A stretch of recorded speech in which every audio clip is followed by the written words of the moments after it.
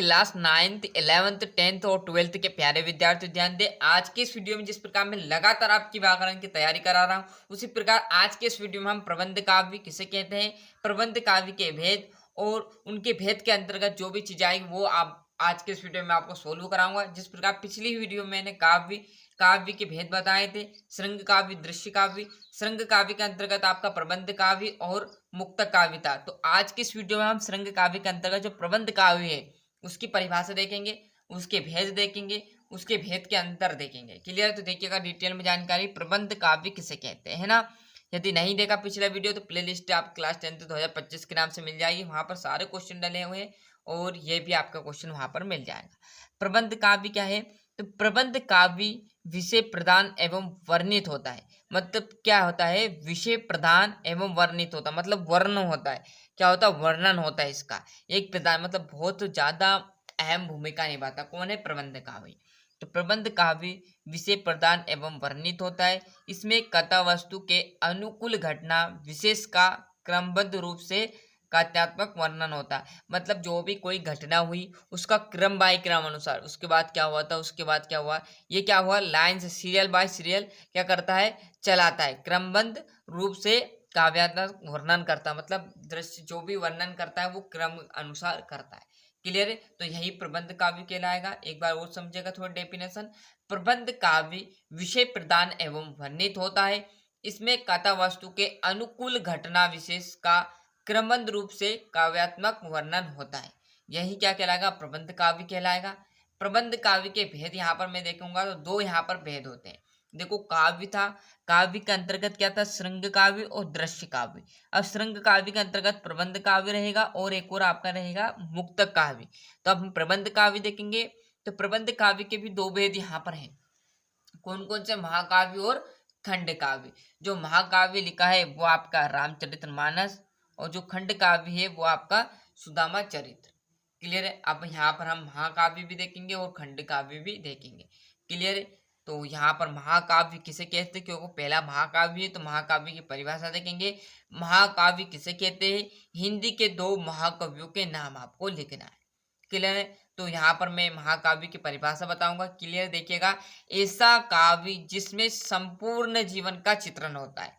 अब क्या है? संपूर्ण जीवन का चित्रण मतलब आपके जन्म से लेकर आपकी मृत्यु तक का पूरा घटना, जो भी घटना आपके सामने घटित हुई, लाखों करोड़ों अरबों खरबों, क्लियर है, वो पूरा का ही वर्णन करना ही महाकाव्य कहलाएगा। तो ऐसा काव्य जिसमें संपूर्ण जीवन मतलब पूरे जीवन का वर्णन होता है, चित्रण होता है, वह क्या कहलाएगा? महाकाव्य कहलाएगा। जैसे रामचरितमानस तुलसीदास ने लिखी। रामचरितमानस में सारी डिटेल में जानकारी लिखी हुई है। कामयानी जयशंकर प्रसाद ने लिखी हुई। दो महाकाव्यों के नाम और उनकी रचना भी यहाँ पर लिख सकते हैं। यदि आपसे पूछे दो महाकाव्यों के नाम भी बताइए तो एक तो जयशंकर प्रसाद और तुलसीदास, और उनकी रचना भी पूछ ले तो रामचरितमानस और कामयानी। क्लियर है? आ गई बात समझ में? एक बार और मैं यहाँ पर रिपीट कर देता हूँ कि महाकाव्य किसे कहते हैं? ऐसा काव्य जिसमें संपूर्ण जीवन का चित्रण होता है, महाकाव्य कहलाएगा। दो महाकवियों के नाम आपसे पूछे थे कि दो महाकवियों के नाम, एक तो तुलसीदास और जयशंकर प्रसाद। यदि रचना भी पूछे तो कामयानी और तुलसीदास जी की रामचरितमानस। क्लियर है? तो ये था महाकाव्य। अब इसके बाद प्रबंध काव्य के दो भेद थे, एक तो महाकाव्य और खंड काव्य। अब हम खंड काव्य के स्पेस पर आपको मिल जाएगा, देखिएगा यहाँ पर ये। क्लियर? इसमें आप खंड काव्य की हम परिभाषा देखेंगे और खंड काव्य के जो हिंदी कवियों के चार खंड काव्यों के नाम भी बताऊंगा। क्लियर है? तो देखिएगा इसमें खंड काव्य की परिभाषा भी लिख ली। क्या है?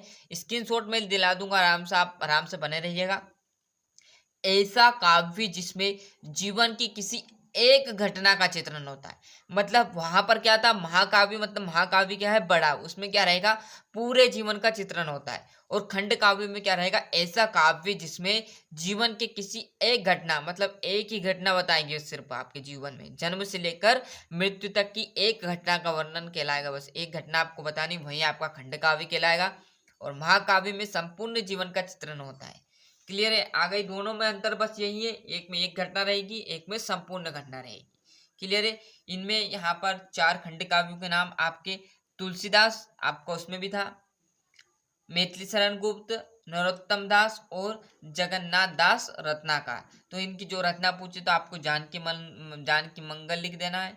मैथिली शरण गुप्त की सिद्धराज, सुदामा चरित्र आपका नरोत्तम दास आ जाएगा, और गंगा अवतरण आपका जगन्नाथ दास रत्नाकर आ जाएगा। आगे बात समझे, तो ये तो था हमारा क्या है, प्रबंध काव्य।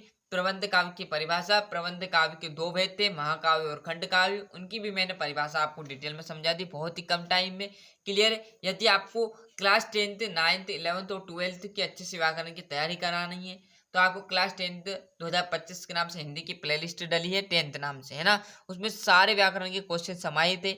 एक एक करके सभी क्वेश्चन आप देखोगे तो आपको सारी व्याकरण कंप्लीट हो जाएगी 2025 की वहां से परीक्षा के लिए। और आप एक भी नंबर से नहीं चुकोगे।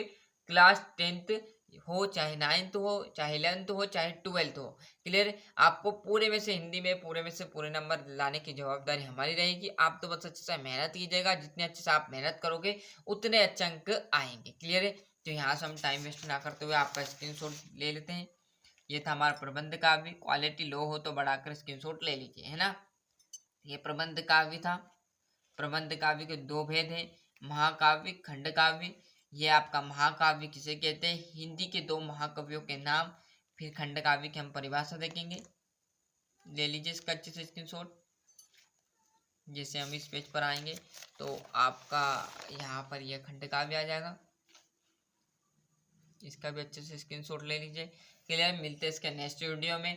आज के लिए इतना ही। और अभी तक आपने चैनल को सब्सक्राइब नहीं किया तो फटाफट चैनल को सब्सक्राइब कीजिए और अधिक से अधिक इस वीडियो को शेयर कीजिए, जिससे यहाँ पर 10th 9th 11th 12th चाहे 8th या 7th सभी क्लास के लिए हिंदी व्याकरण कंप्लीट रहेगी, क्योंकि सेम व्याकरण आपकी रहेगी। तो अधिक से अधिक इस वीडियो को शेयर कीजिएगा, जिससे प्रत्येक विद्यार्थी को मदद मिले और अच्छे से अंक लाने में मदद मिले। आज के लिए इतना ही। मिलते हैं इसके नेक्स्ट वीडियो में।